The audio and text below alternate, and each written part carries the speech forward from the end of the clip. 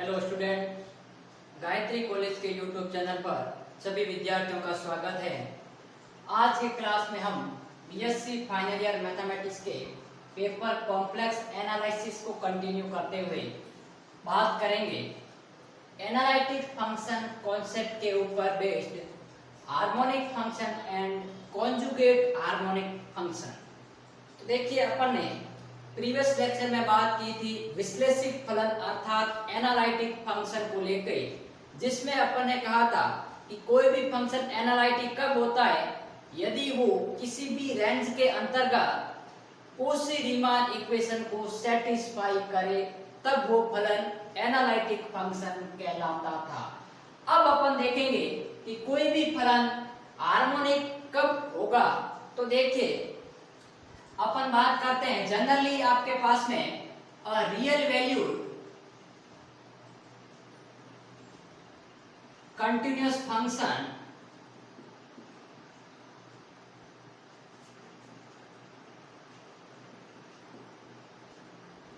is said to be harmonic if it satisfies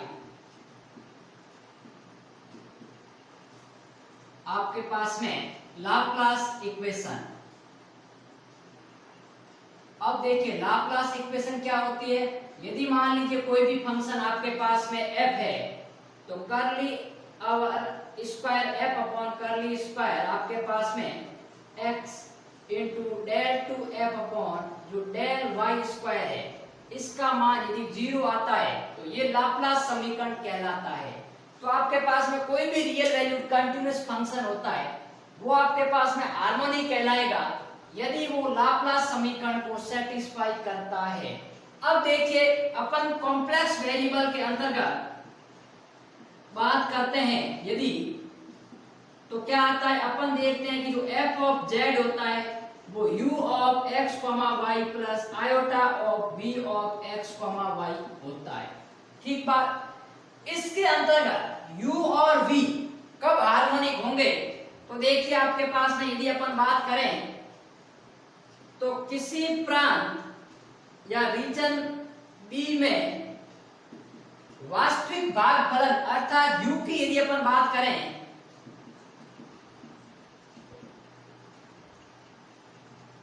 वास्तविक भाग फलन अर्थात अपन कह सकते हैं कि जो आपके पास में u ऑफ x, y है वो हार्मोनिक या प्रंचवादी कहलाता है।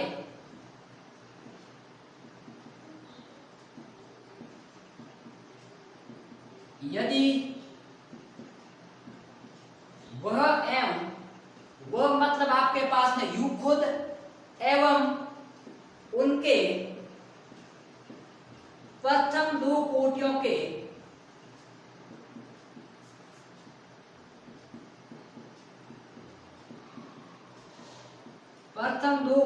के पार्शियल डेरिवेटिव अर्थात आंशिक अवकलज विद्यमान एवं कंटीन्यूअस हो तथा यदि वो एवं उनके प्रथम दो कोटियों के आंशिक अवकलज संतत हो तथा सेक्टर के प्रत्येक बिंदु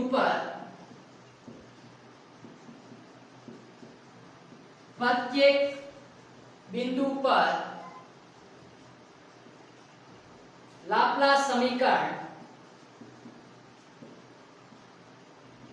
आपके पास में अपन बात करें वास्तविक भागफलन अर्थात del two u upon del x square plus del two u upon del y square बराबर 0 संतुष्ट हो।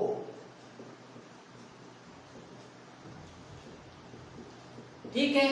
तो देखिए, इसी प्रकार काल्पनिक भाग जो आपके पास में होता है v, वो भी आपके पास में कब कहलाएगा, जब उनका खुद का और प्रथम दो कोटियों के अर्थात del v upon del x और del two v upon del x square है, उनके दोनों कोटियों के आंशिक अवकलज एक तो एग्जिस्ट करने चाहिए और कंटिन्यूअस हो तथा साथ में यदि लाप्लास समीकरण को सेटिस्फाई करते हैं तो वो भाग आपके पास में हार्मोनिक फंक्शन कहलाते हैं। अर्थात अपन बात करें कि यदि del two u upon del x square plus del two u upon del y square बराबर 0 and del two v upon del x square plus del two v upon del y square, ये दोनों साथ में condition exist करती है, उस case में मान लीजिए आपके पास में ये भी कंडीशन एग्जिस्ट करे और ये भी कंडीशन एग्जिस्ट करे, तो उस केस में आपके पास में जो f ऑफ z है वो आपके पास में हार्मोनिक फंक्शन कहलाएगा, प्रंचवादी फलन कहलाता है। अब देखिए ये था हार्मोनिक फंक्शन। अब अपन बात करेंगे कॉन्जुगेट हार्मोनिक फंक्शन क्या होता है। तो इसके लिए अपन थोड़ा सा इसको रफ कर देते हैं पहले।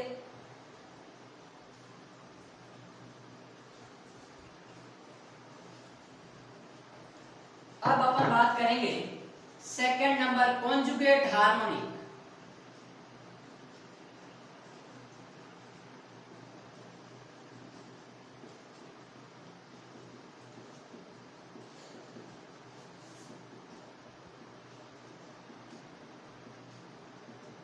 जिसको अपन बोलते हैं संयुग्मी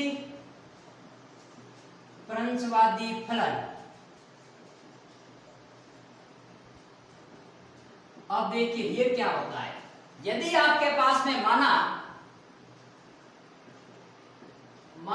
v या फिर अपन u कह लें, माना u ऑफ x, y एक प्रंचवादी फलन हो या हार्मोनिक फंक्शन हो,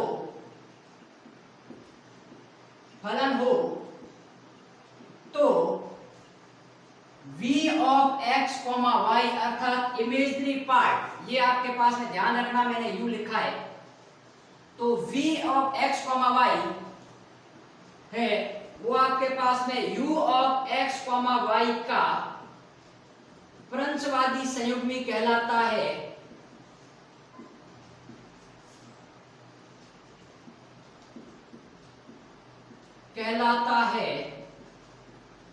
यदि दो कंडीशन सेटिस्फाई हो। कौन कौन सी?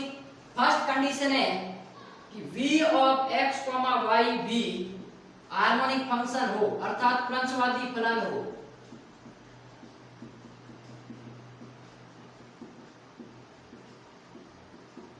ठीक बात। और सेकंड कंडीशन है कि कोशी-रीमान समीकरण अर्थात आपके पास में कोशी-रीमान समीकरण संतुष्ट हो। और कोशी-रीमान समीकरण क्या होता है? दैट इज अपन देख चुके हैं कि जो del u upon del x होता है वो आपके पास में del v upon del y होना चाहिए, और डेल u अपॉन जो डेल y होता है वो minus time del v upon del x होना जरूरी है। ठीक है, तो देखिए हार्मोनिक कॉन्जुगेट क्या होता है। अपन एक फंक्शन पढ़ते हैं f of z u plus iota v। ठीक बात।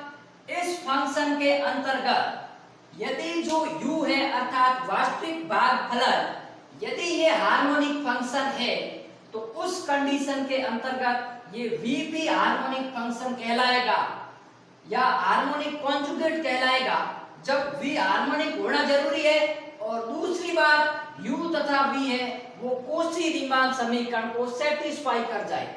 अब देखिए इसको दूसरे शब्दों में अपन क्या लिख सकते हैं कि यदि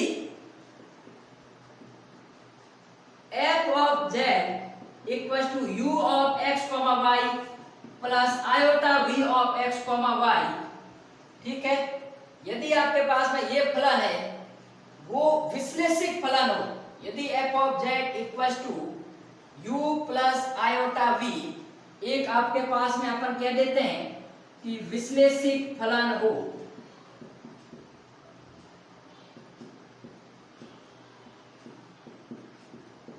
तो आपके पास में अपन कह सकते हैं v है वो u का हार्मोनिक कॉन्जुगेट कहलाता है।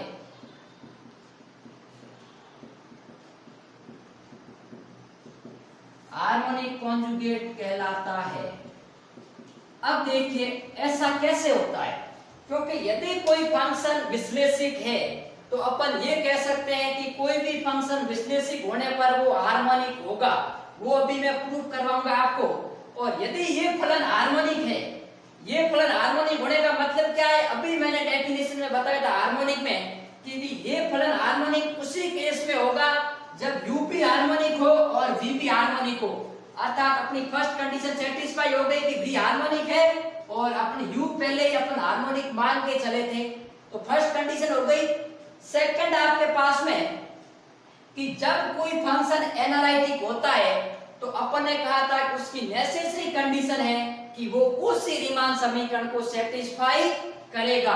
तो ये दोनों कंडीशन इसके अंतर्गत आ गई, क्योंकि विश्लेषिक फलन होने पर कोई भी फलन हमेशा हार्मोनिक होगा और वो हमेशा कोशी रीमान समीकरण को सेटिस्फाई करेगा। तो कोई भी फलन यदि विश्लेषिक है और उसको अपन इस फॉर्म में लिख रहे हैं तो ये जो v है वो इस u का हार्मोनिक कॉन्जुगेट कहलाता है। अब देखिए, पहले मैं आपको ये बताता हूं कि कोई भी फंक्शन विश्लेषिक होने पर हार्मोनिक कैसे होता है, उसका अपन प्रूफ देखेंगे। तो देखिए, सबसे पहले अपन यहां बात करते हैं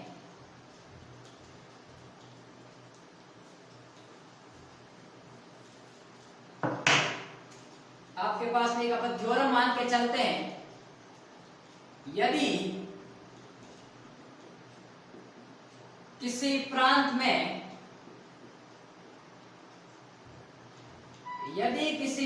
में f of z equals to u of x, y plus iota v of x, y एक विश्लेषिक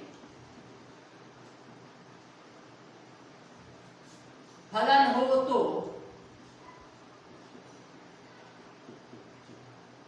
उसी प्रांत में, अर्थात अपन जिस प्रांत की बात कर रहे थे विश्लेषिक में, उसी प्रांत में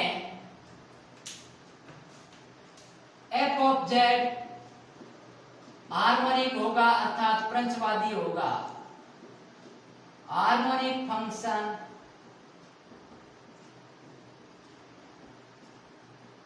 होगा। ठीक बात। अब देखिए, इसका अपन प्रूफ देखते हैं। अभी मैंने सेकंड डेफिनेशन में यही लिखा था कि यदि कोई फलन एनालिटिक है तो उस केस में आपके पास में v u का क्या कहलाता है, कॉन्जुगेट। और कॉन्जुगेट के लिए कंडीशन क्या है कि u और v दोनों हार्मोनिक होने जरूरी है और कोशी रीमान समीकरण को सेटिस्फाई करे।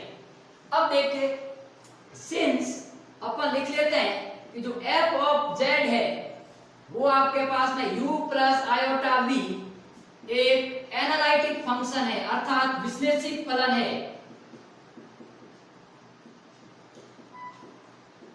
विश्लेषिक फलन है, अतः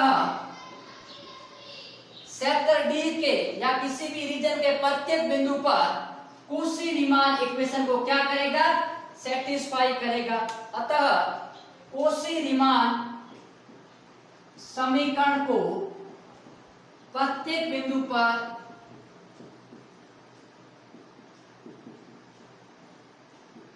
संतुष्ट करेगा।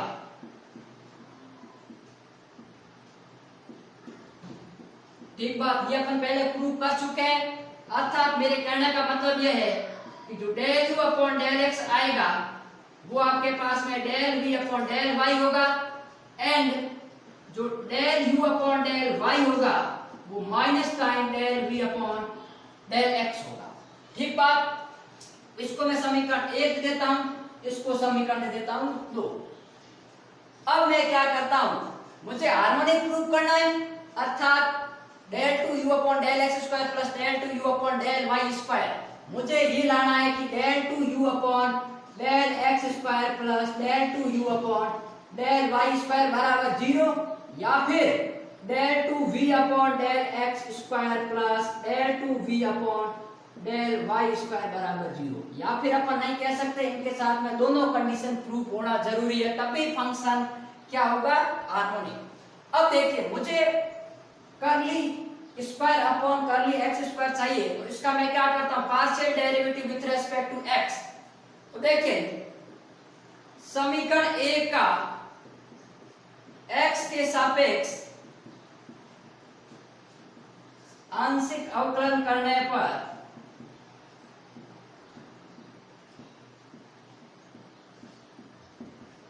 ठीक बात। तो देखिए क्या वैल्यू आ जाएगी आपके पास में, del two u upon del x square, वो वैल्यू आएगी आपके पास में del two v upon del x del y. ठीक बात। अब देखिए इसी प्रकार मैं क्या कह देता हूं, इसको समीकरण दे देता हूं 3 और यहां पर लिख लेता हूं कि समीकरण 2 का मुझे y चाहिए, तो इसका मैं क्या करूंगा, y के रेस्पेक्ट में y के सापेक्ष आंशिक अवकलन करने पर, पार्शियल डेरिवेटिव करने पर, ठीक है। तो क्या वैल्यू आ जाएगी, del two u upon del y square बराबर माइनस का del two v upon del y del x। इसको मैं समीकरण देता हूं 4। अब देखिए अपन ने पार्शियल डिफरेंशिएशन के अंतर्गत अध्ययन किया था कि यदि आपके पास में कोई फंक्शन है और वो आपके पास में कंडीशन को सेटिस्फाई कर रहा है, तो अपन जानते थे कि जो del two v upon del x del y है वो आपके पास में del two v upon del y del x के क्या होता है, बराबर होता है। इस कंडीशन को मैं यहाँ यूज करता हूँ, तो आपके पास में देखिए इसको मैं क्या लिख सकता हूँ, थोड़ा सा इसको अपन चेंज कर लेते हैं कि जो del two u upon del y square है उसकी जगह मैं लिख सकता हूँ del two v upon del x del y। ठीक बात। इसको मैं दे देता हूँ समीकरण 4। ये मैंने कैसे लिखा है, इस समीकरण का यूज करते हुए। अब मैं समीकरण 3 और 4 को जोड़ देता हूं, तो देखिए समीकरण 3 प्लस समीकरण 4। ठीक बात। तो यहां पर आपके पास में क्या वैल्यू आ जाएगी, del two u upon del x square plus del two u upon del y square equals to एक पॉजिटिव का एक नेगेटिव का, यह आ गया आपके पास में 0। अर्थात एक कंडीशन आपके पास में क्या हो गई, सेटिस्फाई हो गई।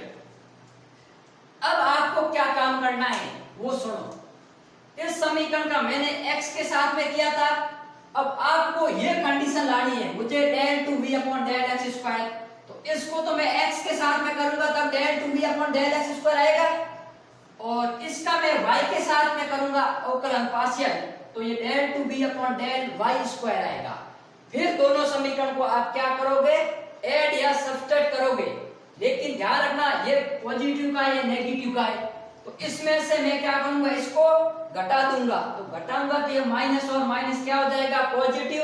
तो उस केस में आपके पास में ये क्वांटिटी है वो 0 के बराबर आ जाएगी, अर्थात ये दोनों कंडीशन आपके पास में सेटिस्फाई हो जाएगी।